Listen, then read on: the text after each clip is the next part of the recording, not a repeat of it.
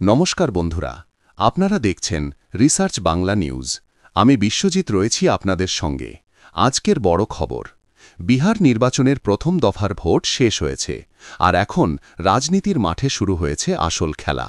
কারণ একদিকে BJP JDU জোটের মধ্যে দেখা যাচ্ছে দূরত্ব, অন্যদিকে ইন্ডিয়া গঠবন্ধনের মধ্যে তৈরি হচ্ছে আত্মবিশ্বাসের নতুন হাওয়া।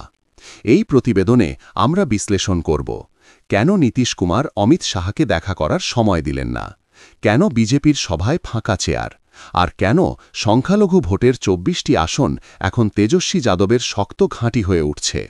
শেষ অবধি থাকুন, কারণ আজকের রিপোর্টে রয়েছে একের পর এক এক্সক্লুসিভ ইনসাইট, যা বুঝিয়ে দেবে বিহারের নির্বাচনের আসল ছবিটা ঠিক কোন দিকে যাচ্ছে। প্রথম দফার ভোট শেষ হওয়ার পর থেকেই বিহারের রাজনীতি যেন নাটকীয়ভাবে বদলাতে শুরু করেছে। একদিকে নীতিশ কুমার, যিনি এনডিএর মুখ্যমন্ত্রী পদপ্রার্থী, তিনি একটাও দিন মোদির সঙ্গে মঞ্চ ভাগ করেননি। ৩০শে অক্টোবর থেকে ৭ই নভেম্বর পর্যন্ত নরেন্দ্র মোদী প্রতিদিন প্রচার করেছেন, কিন্তু একদিনও পাশে দেখা যায়নি নীতিশ কুমারকে।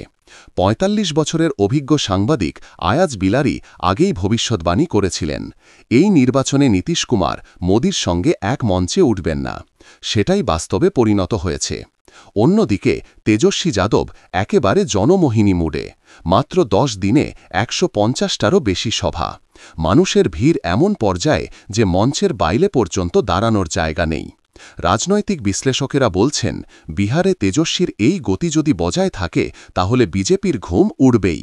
এখন আসুন সেই ঘটনায়, যা নিয়ে দিল্লি থেকে পাটনা পর্যন্ত চর্চা। প্রথম দফার ভোটের পর অমিত শাহ নিজে পাটনায় বসেছিলেন, কিন্তু নীতিশ কুমার তাকে দেখা করার সময় পর্যন্ত দিলেন না। এই খবর নিশ্চিত হয়েছে বহু সূত্রে।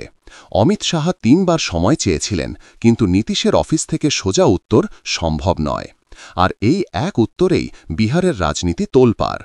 তার ওপর ধর্মেন্দ্র প্রধান, যিনি বিজেপির সিনিয়র নেতা, তিনিও নীতিশের বাসভবনে গিয়ে ১০ মিনিটের একটি ছোট বৈঠক করেন, কিন্তু ফলাফল নিতান্তই ঠান্ডা।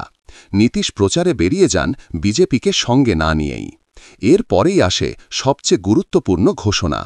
দিল্লিতে বসে জেপি নাড্ডা জানিয়ে দিলেন, নীতিশ কুমারই আমাদের মুখ্যমন্ত্রী প্রার্থী। প্রশ্ন উঠেছে, এটা কি বিজেপির আত্মসমর্পণ, নাকি নীতিশের রাজনৈতিক কৌশলের জয়? বিহারের ১২১টি আসনে প্রথম দফার ভোট হয়েছে। কংগ্রেস নেতা পবন খেরা জানিয়েছেন, আমাদের অভ্যন্তরীণ রিপোর্ট বলছে ইন্ডিয়া জোট ৭২টিরও বেশি আসনে এগিয়ে। অন্যদিকে এনডিএর পরিস্থিতি ভয়াবহ। মোদির সভায় ফাঁকা চেয়ার, মহিলাদের অ্যাকাউন্টে টাকা পাঠানো হলেও মাঠে লোক নেই। এমনকি ভোটের পর বুথ ফেরত সমীক্ষায় দেখা যাচ্ছে বিজেপি তার আসনের মাত্র ১০% লড়াইয়ে টিকে আছে। তাহলে কি বিহারের মানুষ এবার পাল্টে ফেলেছে দিক, নাকি দ্বিতীয় দফার ভোটে ঘটবে নতুন চমক? হঠাৎ করেই দেখা গেল বিহারের বিজেপি অফিস থেকে মোদির পোস্টার সরিয়ে দেওয়া হচ্ছে। জায়গায় জায়গায় লাগানো হচ্ছে নীতিশ কুমারের ছবি, তাও বড় আকারে। প্রশ্ন একটাই, যদি নীতিশ এনডিএর মুখ হতেন না, তাহলে বিজেপি কি এই সিদ্ধান্ত নিত? রাজনৈতিক মহল বলছে, এটা স্পষ্ট বার্তা যে বিহারে এখন বিজেপি নয়, নীতিশ কুমারই গেম চেঞ্জার। দ্বিতীয় দফার ভোট হবে ১১ই নভেম্বর।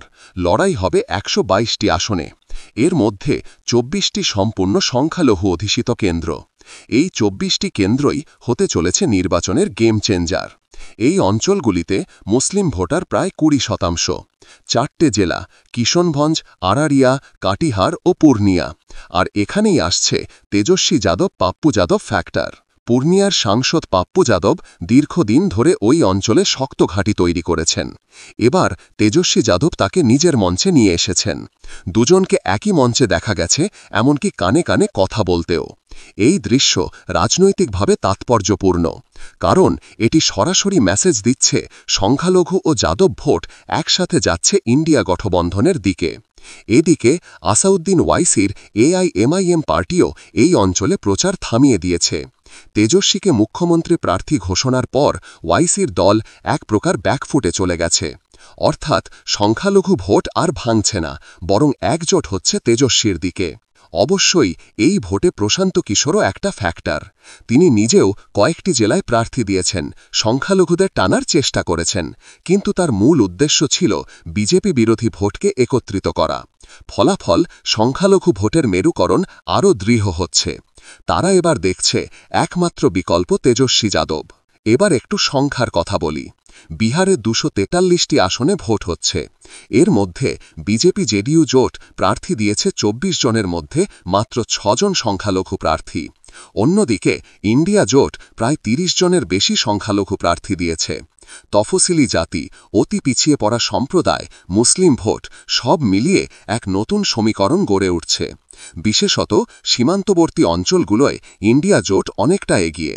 বিজেপির ভেতর এখন হাওয়া অশান্ত। উপেন্দ্র কুশাও পর্যন্ত বলেছেন, nothing is well inside NDA. Amit Shah এখন কৌশলে নীতিশকে কাছে রাখার চেষ্টা করছেন, কারণ তিনি জানেন নীতিশ যদি সরে যান বিজেপি বিহারে হার অনিবার্য।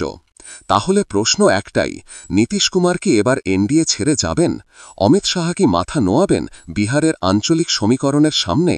আর সংখ্যালঘু 24টি সিট কি শেষ পর্যন্ত নির্ধারণ করবে বিহারের ভবিষ্যৎ সরকার? জবাব দেবেন আপনারা কমেন্ট বক্সে। এবং আমাদের বিশ্লেষণ ভালো লাগলে রিসার্চ বাংলা নিউজ ইউটিউব চ্যানেলটিকে সাবস্ক্রাইব করে আমাদের পাশে থাকুন। ধন্যবাদ।